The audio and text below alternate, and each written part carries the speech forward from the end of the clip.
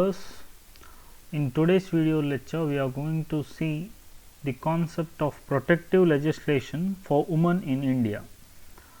Out of many laws, there are many laws what we are going to see. Out of that we are seeing with special reference three different laws. One is Dowry Prohibition Act, which is came into existence in the year 1961. Sexual harassment and women workplace act for the year 2013, and Protection of Women from Domestic Violence Prevention Act. These are the three things we are seeing. Especially before that, we have to see some of the other sections. Now, under British rule and after independence, various laws and regulations have been passed. We are going to see all these social legislations which are passed or introduced at the time of British rule, and there are some other legislations which were undertaken after independence. All these things we are going to see in today's class. We'll see the concepts. Now, these are the different laws which were introduced at the time of British rule. Now, Hindu Widow Remarriage Act, which was passed in the year 1956. So, it is especially for the empowerment of a widow woman. If their husband expires, they have to practice a tradition called sati. To avoid that, this particular law has been passed in the year 1856. Then Indian Divorce Act, which was passed in the year 1869. So, divorce was made legalized. Then Indian Christian Marriage Act and Indian Parsi Marriage Act. Indian Christian Marriage Act was passed in the year 1872, and Parsi Marriage and Divorce Act was passed in the year 1936. So, these two acts are related to these two particular minority religions. One is related to the Christians and one more is related to Parsi people. Then Child Marriage Restraint Act, which restrains the marriage of small children, in the sense the girls below the age of 18 years and boys below the age of 21 years. So, Child Marriage Act, so 18 years should be the minimum age criteria for the people to marry. Then Dissolution of Muslim Marriage Act. So, when the Muslim married couple want to separate, they have to undergo with separate some of the provisions. Those provisions are explained under Muslim Marriage Act of 1939. These are some of the acts which were introduced at the time of British rule. We have many other acts which were passed at the time of Indian legislature, that is post independence. After independence, there are various acts which were passed. Quickly we will see these acts. One is Special Marriage Act, then it is Hindu Marriage Act, particularly related to the Hindu people. Special Marriage Act was passed in the year 1954. Then Maternity Benefit Act. So, the people who are under all women are entitled to maternity benefit. Related to that, one act is passed. Then now Dowry Prohibition Act. Dowry Prohibition Act is a thing which we are going to discuss hereafter. So, that is passed in the year 1961. Then Medical Termination of Pregnancy Act, that is making the abortion legalized in some of the cases where there is a threat for the baby as well as to the mother. Then people can go for this medical termination. So, that act.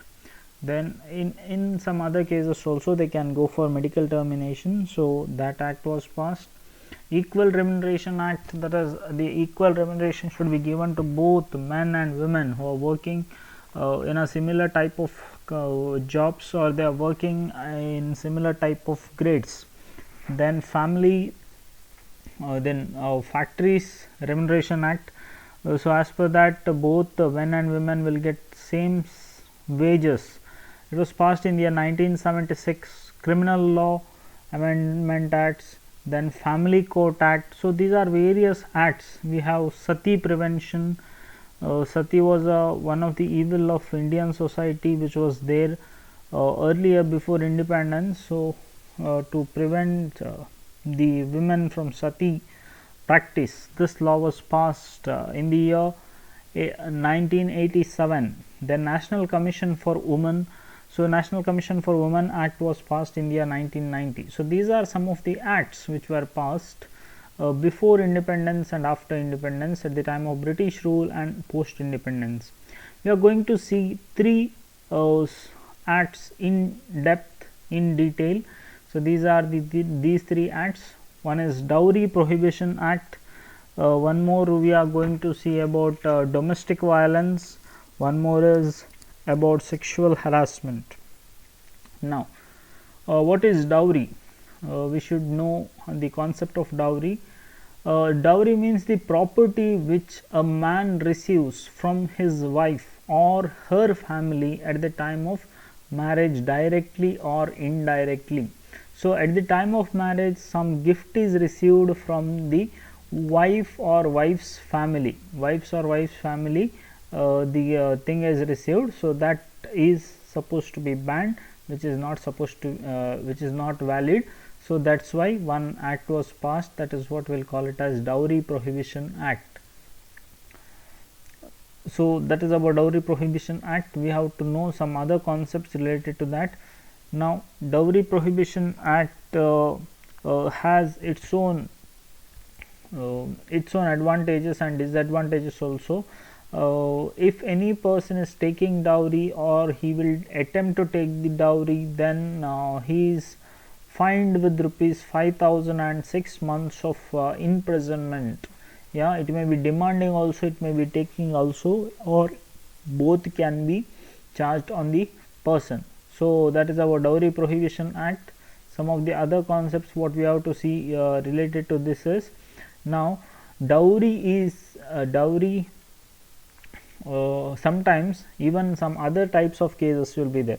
Now dowry is taken for the benefit of wife. Sometimes people will tell, I am giving the dowry because my daughter should be well. So all these things are not right, they are illegal as per the law. It may be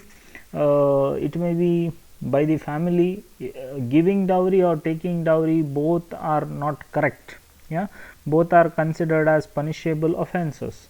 Now there is one provision, if you are giving dowry, that should be maximum of rupees 2,000. Only rupees 2,000 or 2,000 worth items are permitted. Now sometimes it is failed because of its poor enforcement.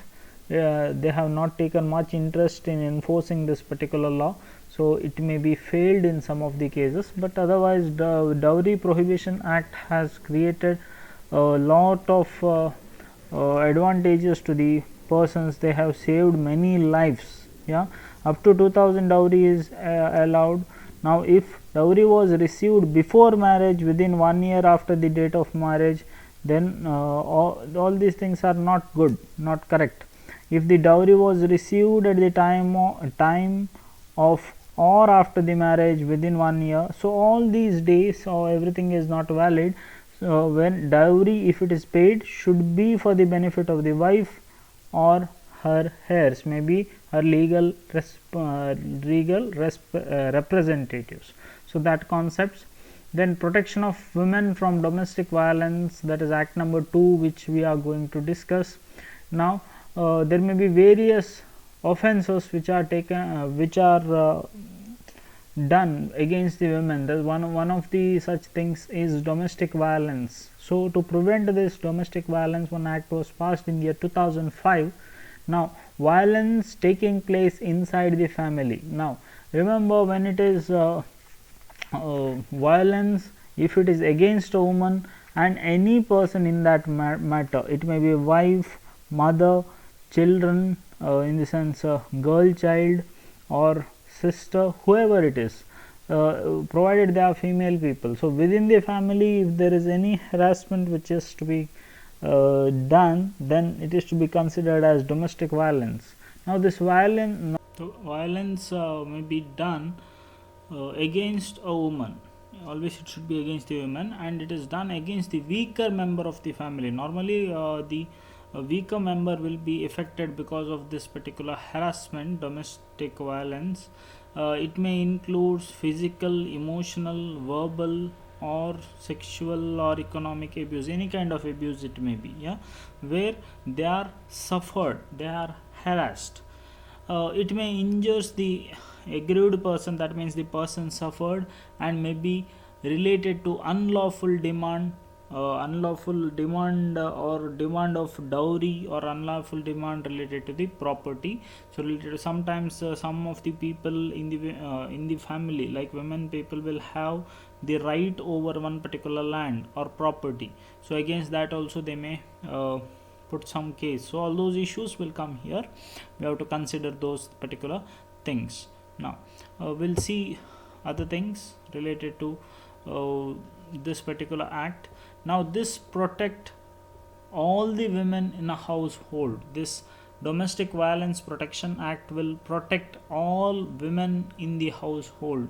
It may be, as I told you, it may be a wife, sister, mother, daughter, anyone. So it may be actual abuse or threat to abuse. So sometimes they will threaten the people that they'll abuse them. So that also will come into picture here. Then even women's right to secure housing is given importance here. Now when woman will be there in one particular family, she has a right to live in that family, right? She have equal right over the property. So regarding that, protection should be given to her. Then here they will appoint protection officers and NGOs, and they will do all the supports and helps to the aggrieved people or suffered person. So help in what form? It may be medical examination, it may be legal aid, means the things related to law, and the safe shelter will be provided by these protection officers or NGOs also. Now there will be imprisonment up to 1 year and fine up to 20,000 will be levied by the court if it is proved that it is domestic violence and people are suffered because of domestic violence. So these are the things what you should know. That is the act number 2, protection against domestic violence. Now when there is different types of violences, these types of orders can be given by the court to protect the persons. Now protection order, it is like protecting a woman or a person who is affected because of domestic violence. Now proper communication will be done with them, and it is supposed to be seen that that person is protected. Residence order, so if any magistrate at the time of his hearing, he will feel that this person is not in a safer place, then they are supposed to be protected. Then sometimes restraining the other person to enter her home, or giving her separate place for the shelter. So all those things. Then monetary relief to the aggrieved person. So if there is, because of this domestic violence, if they are affected, maybe they have lost their earnings, they have incurred some medical expenses, so all these things will be seen. Custody orders, sometimes when in case of domestic violences, even the court may tell the people to arrest, to take them into the custody. Or compensation, sometimes compensation will be given to the suffered party. Now then the last act what we should know is Sexual Harassment Act of Women at the Workplace. Now, giving independent treatment to the woman worker by violating all norms of modesty. What is sexual harassment? That is what is told here. Giving indecent treatment to a woman worker by violating all norms of modesty. Now, we have some ethical behavior which is to be followed in the society. If you are not following that and you are violating those rules, you are not behaving with a woman properly, then these are called as sexual harassments. It can be various things, like you are targeting a woman through various remarks, you are making some dirty jokes, you are repeating the invitation for meals and outings, yeah, all these things. Now asking them to the chance to drop them to the home, or sometimes purposefully you'll do some touches and dashes and you will call it as accidental. So all these things are called as harassments. Then the here main things what will come under this particular law is prevention, prohibition and redressal. So preventing the women from this particular harassment, if bringing some rules and regulations so that the sexual harassment is prohibited, and if it happens then redressing such things. So these are the things what are covered under the law, and it create an insecure and hostile work environment for the women if there is any sexual harassment which will take place in one particular organization. Now we are going to see some of the features and provisions which are to be known in case of sexual harassment, which are to be considered. We will go through all these things. Now, setting up an internal complaint committee and local committee. So as per this act, there are two committees are required. One is internal complaint committee and one more is local committee. So within the organization, at the workplace, there will be one committee. At the same time, at the local level, there is one committee where they will include various persons like different officers, different organizers. So all these people will be involved in this particular committees. At the same time, local committee which will have lot of power. So suffered women, or in case of some situations, their legal representatives can file a complaint within 3 months. Here attempts will be done to conciliation. That means they'll talk to both the parties and they'll try to sort out the issue. If there itself it is sorted, they will not go further. Domestic workers, what they have to do, if in case of domestic worker, if they suffer from this sexual harassment, they can give a complaint to these local committees, so that hearing will take place and they will be protected. But here they have to give the complaint within 7 days. They are not supposed to delay a lot. Then committee to conduct the inquiries. So these are I have told you there are two committees. These committees will fix appointment and they'll do the inquiry, and they have to finish the inquiry within 90 days. Then they'll recommend for action. As soon as they'll finish their hearings, within 10 days they have to give the report to the court or the authorities, so that they will take a action. So their time gap is 10 days. 10 days will be the time gap. Next concept is punishment in case of false complaint. Now sometimes to take the advantages, women or those person or aggrieved person can give a false complaint. False complaint will be given in some of the cases. So in that case, all verifications will be done, and if there is a false complaint, then district officer can take action within 90 days. They can give them a notice to explain the issue, and if it is proved that it is false, they can take a clear cut action against them. Then identity must not be publicized. Now remember, in case of this particular act, there may be any kind of inquiry, or there may be any kind of hearings. The person's identity should be kept as secret. The person's identity will not be brought forward in front of the media or any other persons, so that they'll see that secretly this issue will be sought out. Then need of awareness. So the main feature or the provision of this particular Sexual Harassment Act is all about providing proper information and providing proper awareness among the people against this harassment. Any kind of harassment it may be, people has to take it seriously, and to people has to tell it to the people. There are various committees in all organizations, they will have sexual harassment and anti-ragging committees. So you have to report to these committees and you have to come up with a proper solution there itself if possible. If not, there will be other committees where you can go and you can seek the justice. So these are the things, these are the 3 laws which we have to know in present situation. So thank you. If you are new to this particular channel, you can subscribe.